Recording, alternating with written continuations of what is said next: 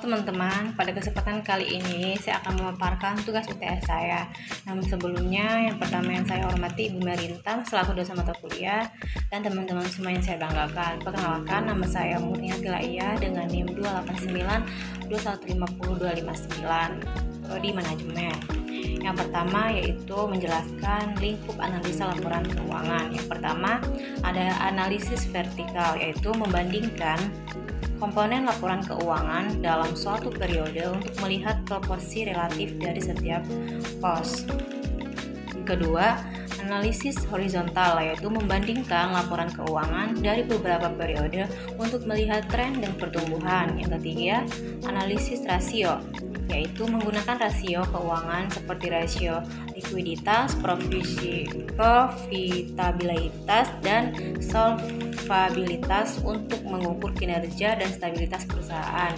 Yang keempat, analisis perbandingan dengan industri, yaitu membandingkan kinerja perusahaan dengan pesaing atau industri sejenisnya. Yang kelima, analisis arus kas, yaitu menganalisis arus kas untuk memahami sumber dan menggunakan dana. Yang keenam, analisis kualitatif, yaitu menilai aspek-aspek non-finansial yang dapat memengaruhi laporan keuangan seperti manajemen dan strategi perusahaan. Baik, yang berikutnya tujuan dari analisis keuangan. Yang pertama, untuk penyaringan atau screening. Yang kedua, untuk peramalan atau forecasting. Yang ketiga, untuk diagnosa atau diagnosis. Dan yang keempat, untuk penilaian atau evaluation. Manfaat dari analisis laporan keuangan. Yang pertama, untuk mengevaluasi hasil kinerja divisi atau departemen dalam perusahaan. Yang kedua, untuk mengetahui hasil kinerja, pendapatan, serta kemajuan atau perkembangan perusahaan. Yang ketiga, untuk menentukan kebijakan perpajakan. Dan yang keempat, untuk meningkatkan kesejahteraan karyawan perusahaan. Bagaimana hubungan antara akuntansi dan pengambilan keputusan? Nah, berikut penjelasan apa itu hubungan akuntansi dan pengambilan keputusan.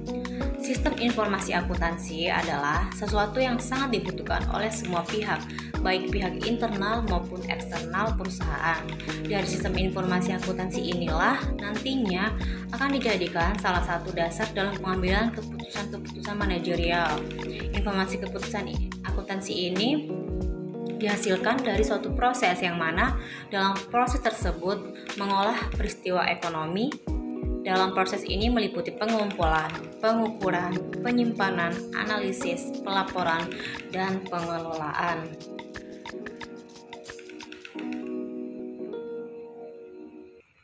Nah, sedangkan informasi atau keluaran adalah dapat berbentuk laporan khusus, biaya produksi, biaya pelanggan, anggaran, laporan kinerja, dan komunikasi personal. Sistem informasi akuntansi untuk pihak eksternal perusahaan yang dikenal juga akuntansi keuangan, yaitu laporan yang untuk di luar perusahaan seperti pemerintah, pajak, bank, Bapepam, dan lain harus mengikuti aturan-aturan yang berlaku seperti PSAK dan peraturan lainnya.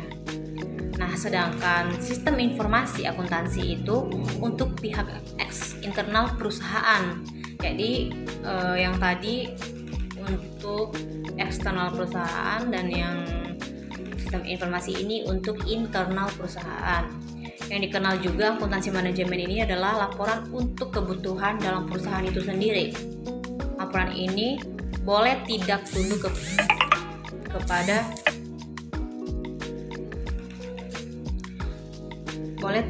kepada aturan-aturan seperti PSK, karena laporan ini untuk memenuhi kebutuhan khusus pihak manajemen seperti membuat laporan per segmen, laporan mengenali produk atau keputusan apakah akan menerima pesanan khusus atau menolaknya, dan lain sebagainya.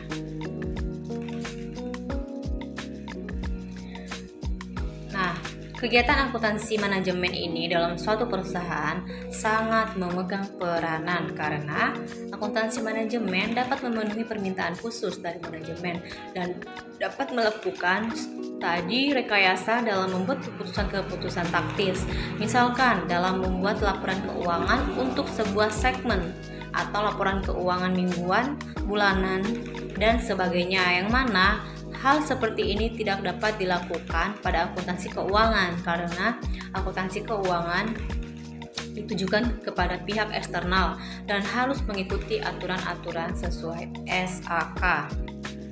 Jadi itu ya teman-teman perbedaannya. Kalau akuntansi manajemen itu dia sangat berpatokan pada aturan-aturan SAK, sedangkan akuntansi ini dia nggak terlalu berpatokan pada peraturan-peraturan yang berlaku pada SAK. Nah, kita akan melakukan apa itu perbedaan dari analisis keuangan, analisis akuntansi, dan laporan keuangan. Yang pertama, ya perbedaannya kita ketahui kalau analisis akuntansi itu yaitu proses mengumpulkan, menyusun, dan mengevaluasi informasi keuangan yang terkait dengan operasi bisnis. Tujuan utama dari analisis ini adalah untuk memberikan wawasan tentang kinerja keuangan perusahaan, serta membantu dalam pengambilan keputusan yang tepat terkait dengan strategi bisnis, pengelolaan risiko, dan perencanaan keuangan.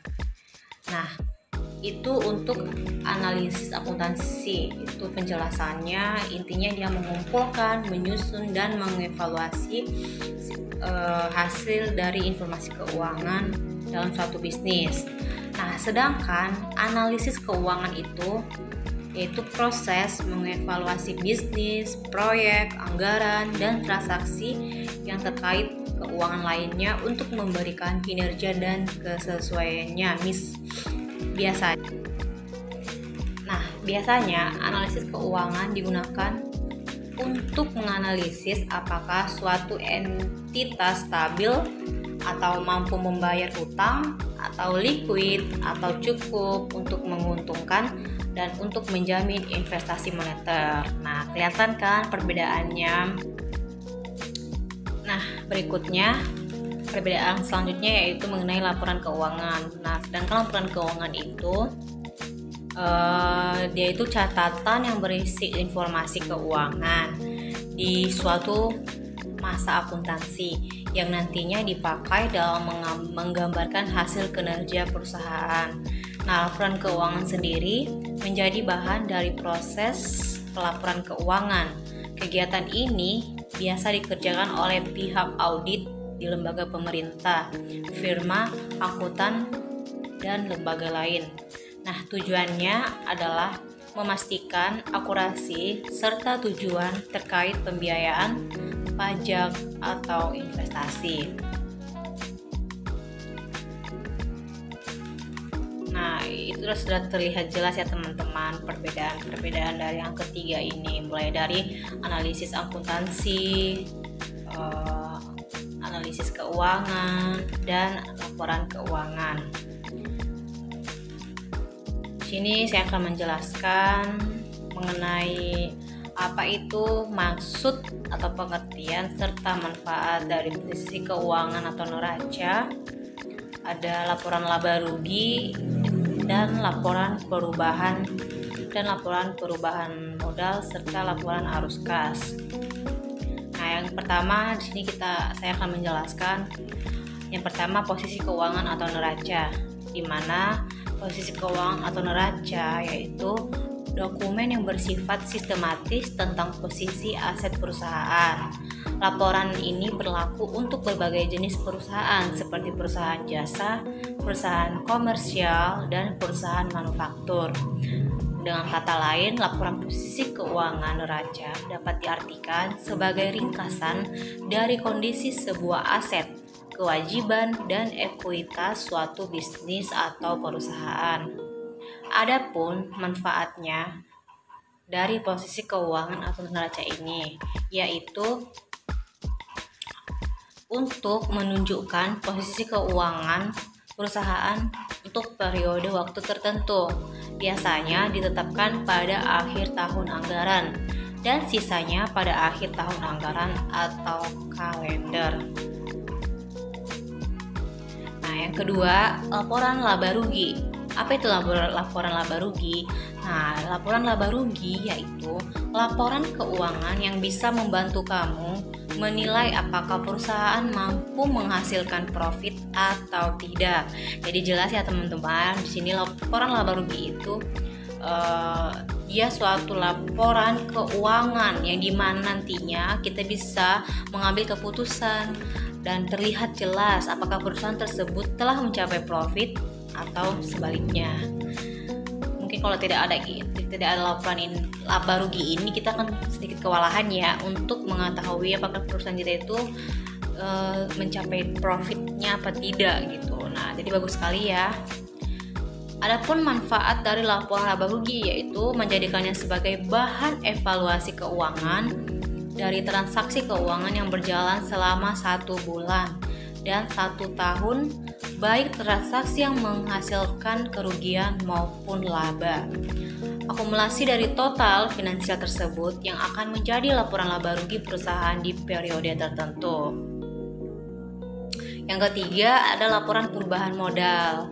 Nah, laporan perubahan modal yaitu pencatatan keuangan yang menampilkan perubahan modal.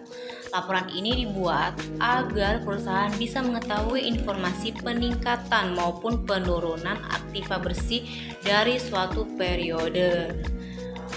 Adapun manfaat dari laporan perubahan modal yaitu untuk mengetahui investasi yang masuk ke perusahaan.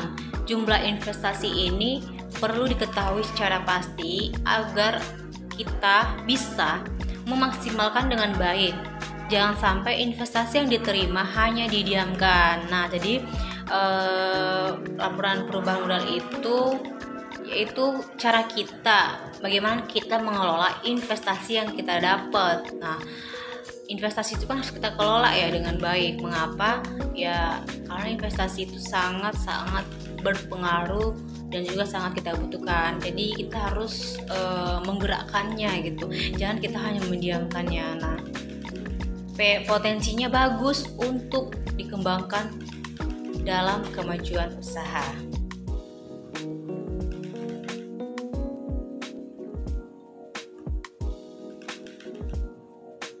Nah, berikutnya yang keempat yaitu laporan arus kas, yaitu menunjukkan bagaimana kas digunakan dan dari mana kas itu berasal, apakah dari karyawan, kreditor, pemegang saham, dan pelanggan yang memiliki kepentingan dengan laporan ini karena menunjukkan arus kas yang terjadi dalam perusahaan. Nah, jadi terlihat jelas ya teman-teman, laporan arus kas ini yang akan menunjukkan dari mana kas itu berasal, karena kan yang namanya kas itu kan bisa dari berbagai sumber, bisa dari karyawan, dari kreditor, dari pemegang saham, dan pelanggan yang memiliki kepentingan tersebut. Adapun manfaat dari laporan arus kas ini ada 3. Yang pertama, untuk dasar pengambilan keputusan direksi atau manajemen untuk meningkatkan kinerja perusahaan. Yang kedua, memproyeksi aliran kas periode berikutnya berdasarkan data periode saat ini. Yang ketiga, menentukan kemampuan perusahaan dalam membayar dividen dan kewajiban. Nah, baik, soal yang nomor kelima yaitu di situ ada soal laporan keuangan ya. Ada kas, ada piutang, ada persediaan, mesin, teknik aktiva. Nah, di sini soalnya teman-teman bisa lihat ya. Dan di sini diminta berdasarkan laporan keuangan di atas, hitung dan jelaskanlah rasio keuangan yang dapat dibuat minimal 3 rasio. Oke.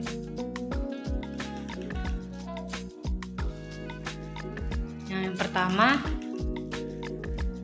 Yang pertama yang dapat dibuat itu rasio likuiditas, adalah rasio di mana rasio ini menggambarkan kemampuan sebuah perusahaan dalam melunasi utang jangka pendeknya. Current rasio, kemampuan aktiva dalam menutup utang lancar sehingga menggunakan perbandingan aktiva lancar dan ulang lancar. Nah, current rasio ini rumusnya yaitu aktiva lancar per hutang lancar. Nah, di soalnya terlihat ya, aktiva lancarnya itu ada 500.000 dan hutang lancarnya sekitar 200.000. Jadi 500.000 per 200.000 hasilnya 2,5. Quick ratio quick ratio ini memberikan informasi tentang kemampuan perusahaan dalam memenuhi kewajiban jangka pendeknya dengan mengurangi aktiva lancar dan persediaan. Nah, quick ratio ini rumusnya kas ditambah surat berharga ditambah piutang per kewajiban lancar. Nah, di sini kasnya 100.000, surat berharganya 150.000, piutang atau kewajiban lancarnya yaitu senilai 200.000. Jadi 100.000 ditambah 150.000 per 200.000 yang sama dengan hasilnya 1,25. Cash ratio memberikan informasi posisi kas yang dapat menutupi utang lancar dengan membandingkan antara kas dan aktiva lancar dan utang lancar. Nah, cash ratio itu rumusnya kas ditambah setara kas per kewajiban lancar. Nah, di sini kasnya 100.000, setoran kas atau kewajiban lancarnya 200.000. Jadi 100.000 per 200.000 hasilnya 0,5. Berikutnya rasio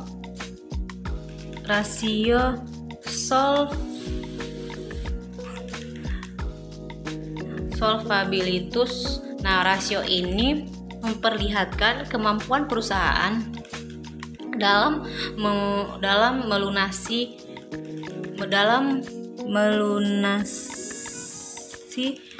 utang dalam jangka pendek maupun jangka panjang. Jadi rasio ini tuh dia bukan hanya jangka pendek saja, namun dia bisa jangka pendek dan jangka panjangnya. Jadi dia bisa bervarian ya. Nah, adapun rumusnya yaitu total